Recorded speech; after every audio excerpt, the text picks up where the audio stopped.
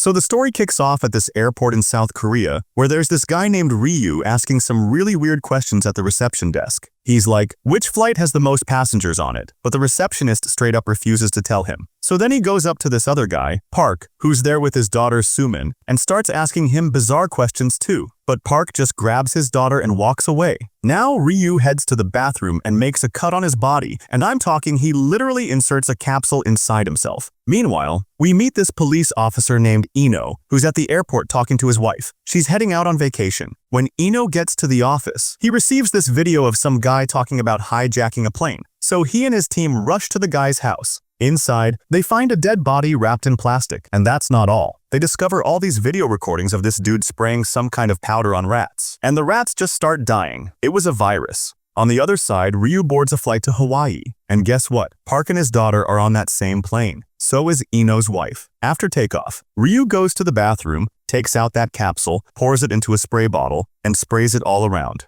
Right after he leaves, another passenger walks into the bathroom and notices these weird particles floating in the air. He comes out and complains to the flight staff about it. A little while later, one of the passengers is watching this threatening video on his phone. Park sees it too, and he's like, wait, that guy looks like Ryu. So he shows the video to the flight attendants and tells them about Ryu. But they don't believe him. They're not convinced it's actually the same guy. Then Park notices his daughter Sumin talking to Ryu. He was telling her something. So Park and the staff ask Sumin what Ryu said, and she's like, he told me everyone on this plane is going to die. Hearing this, one of the attendants goes over to Ryu and starts questioning him. He says he's a scientist traveling for work. She keeps asking questions and asks for his ID, but he just won't answer. He refuses to show his ID. Meanwhile, the police investigation leads them to the airport. They find out the guy is on the plane, the same plane Ino's wife is on. And then the passenger who went into the bathroom earlier, he starts feeling really sick. He comes out and just collapses right there. Everyone on the plane freaks out. A doctor checks him, and the guy's dead. Park immediately blames Ryu for the man's death and starts fighting with him. Things get so out of control that one of the pilots comes out to handle the situation.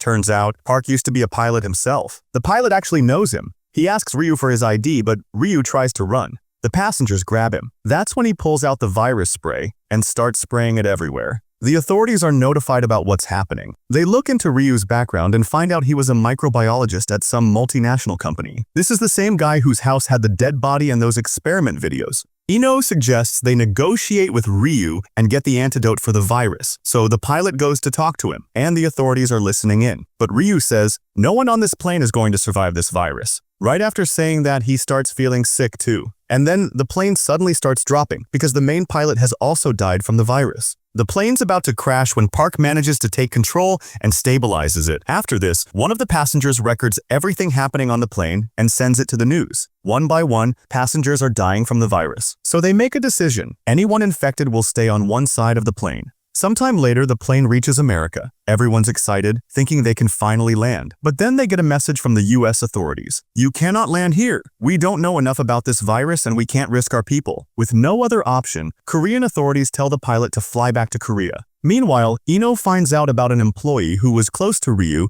at the company he worked for. Ino goes to his house, but the guy sees him and runs. Ino chases him, and during the chase, Ino gets into an accident. The guy stops to help him. That's when he tells Ino the virus is called SC1. The company obtained it illegally. Some scientists at the company died from it, but one survived. They blamed Ryu for those deaths and fired him. But Ryu stole the virus by tricking them. After hearing this, Ino goes to meet the scientist who survived. She tells him this is the same virus that left her in this condition. She says the company already has a vaccine and an antidote, so the authorities immediately pressure the company to hand it over. After a lot of pressure, the company finally agrees. But on the plane, the co-pilot starts feeling sick too. He decides to make an emergency landing at a Japanese airport. He sends a distress signal to the control tower and tries to land. But Japanese authorities warn them, if you try to land here, we will shoot you down with missiles. The pilot ignores the warning and tries to land anyway. Japanese fighter jets show up and force them not to land. The pilot passes out. Park takes control of the plane. Japan faces worldwide criticism for not letting them land. Then Japan sends a message saying the virus has a very short incubation period,